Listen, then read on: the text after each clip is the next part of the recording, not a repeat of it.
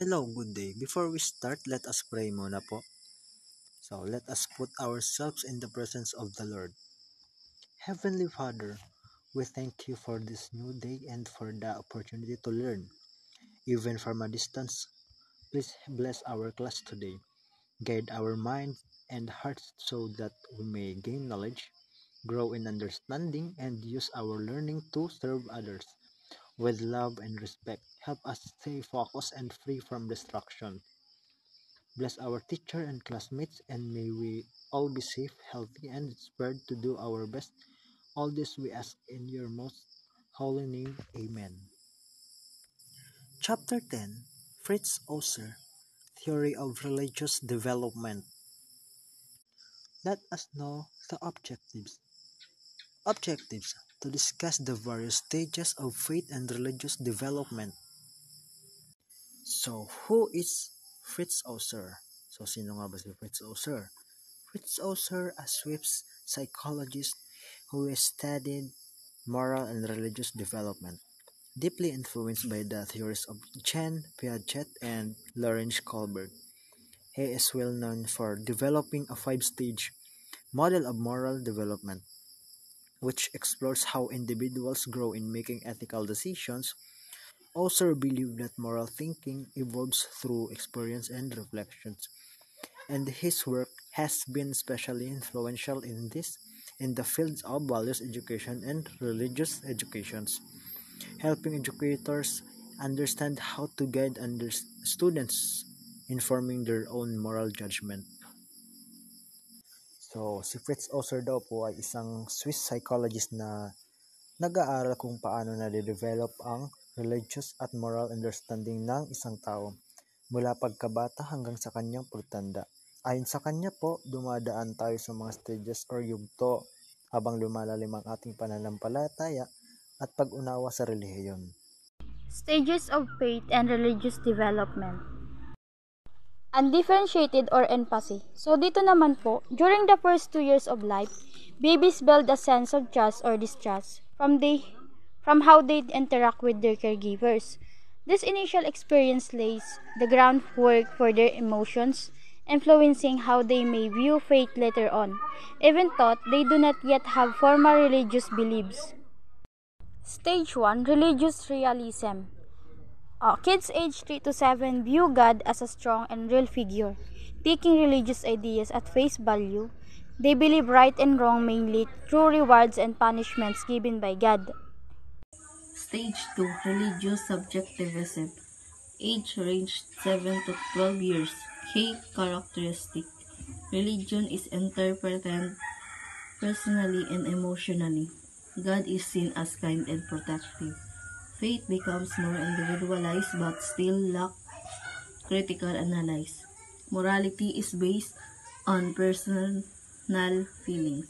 Ang stage 2 po, ito po ay kumakatawan sa isang transyon kung saan ang mga bata ay nagsisimulang mag-internalize ng mga paniniwala sa relihiyon, ngunit ito po ay kulang pa rin ang cognitive capacity. Ang kanilang pananampalataya ay lubos na magkakaugnay sa kanilang personal sa damdamin at pakiramdam ng seguridad. Age 3, Synthetic Conventional Faith. Age range, adolescence. Key characteristic. Beliefs are shaped by other family, peers, church. Conformity to authority and tradition. Struggles with identity and belonging. Beliefs are accepted without deep questioning. Ito ay isang yugto ng pag-unlad ng pananampalataya kung saan ang paniniwala ay higit na pinagtibay mula sa mga panlabas na pagpunan. Sa pamamagitan ng pangsang-ayon at kakulangan ng malalim na kritikal na pagmumuni. Ito din po ay isang mahalagang transyonal na yugto kung saan ang mga individual ay nagsisimulang bumuo ng kanilang sariling pagkakilanlan. Stage 4, Individuative Reflective Faith. Age range, early adulthood. Key characteristic, critical reflection and belief and values. faith become personal and own. Then question authority and tradition belief may cause tension and earlier religious communities. Ito ay nagpapahiwatig na makabuluhang pagbabago tungo sa independent personally constructed faith. Ito ay nagsasangkot ng kritikal na pagsusuri, pagtatanong sa authority at isang potensyal na muling pagsusuri ng mga relasyon batay sa umusbong na pag-unawa ng individual sa kanilang sariling mga paniniwala at halaga. Stage 5, Paradoxical Consolidative Faith. So, ang isang tao ay may malalim na at matured na pananampalataya.